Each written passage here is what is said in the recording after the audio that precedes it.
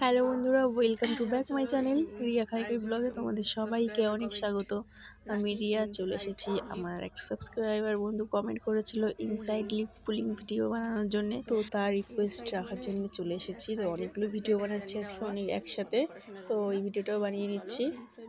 তো তোমরা দেখতে থাকো, আর ভিডিওটা ভালো লাগলে অবশ্যই লাইক কমেন্ট শেয়ার করে দিও।